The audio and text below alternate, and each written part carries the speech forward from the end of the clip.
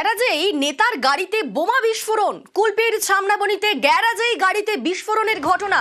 বিস্ফোরণে ক্ষতিগ্রস্ত আশেপাশের একাধিক বাড়ি। বোমা লাগিয়ে খুনের ছক বলে দাবি করছেন নেতা।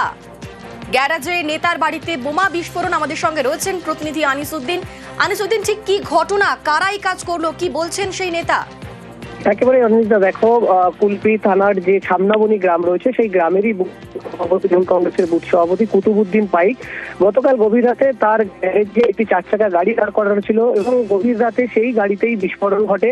বিকট শব্দে কেঁপে ওঠে গোটা এলাকায়। পরে স্থানীয়রা ছুটে আসেন এবং যেটা বুথ সভাপতির অভিযোগ যে এর আগেও তার বাড়িতে বোমাবাজি করা হয়েছিল, সেই ঘটনায় থানায় তিনি অভিযোগ করেছিলেন।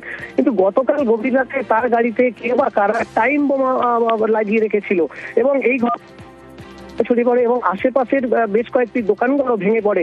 এরপরেই কুলপি থানার পুলিশ ঘটনাস্থলে পৌঁছয় এবং গাড়িটিকে উদ্ধার করে নিয়ে যায়। তবে এই বুথ সভাপতির অভিযোগ, বিরোধীরা অর্থাৎ বিরোধী আশ্রিত দুষ্কৃতকারীরা তারা এই ধরনের ঘটনা ঘটিয়েছে। যেহেতু তিনি এলাকার তৃণমূলের বুথ সভাপতি এবং অঞ্চল সংখ্যালঘু সেলের সভাপতি, তাই তাকে টার্গেট করে, তাকে লক্ষ্য করে খুনের ছক কষেছিল।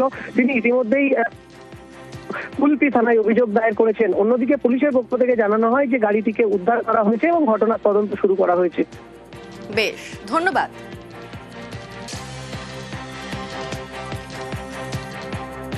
রাত 1টার সময় এসে আমরা দেখি না বোম বাস্টিং হয়েছে, ঘর বাড়ি সব ভেঙে গেছে। আমাদের এসে পাশের ঘরে দেখি না একটা গাড়ি রাখা ঘর ছিল, সেই গাড়ির ভিতরে বোম দিয়ে উড়িয়ে দিয়েছে। দেখলাম আমার এই যে ডান দিকে এই যে খালাটা দেখা যাচ্ছে, এই খালায় বোমটা ফিট করেছে পুলিশ।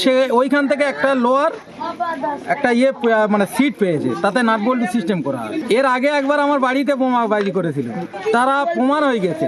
তারা তো বিরোধী দল করে, আইএসএফ, কংগ্রেস, তৃণমূলের এগলেস্টে তো সব দল।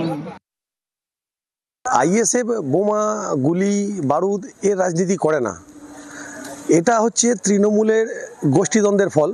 আইএসএফ এই নোংরা রাজনীতি পছন্দ করে না। আইএসএফ নতুন সমাজ ব্যবস্থা উপহার দেওয়ার জন্য রাজনীতির ময়দানে এসছে।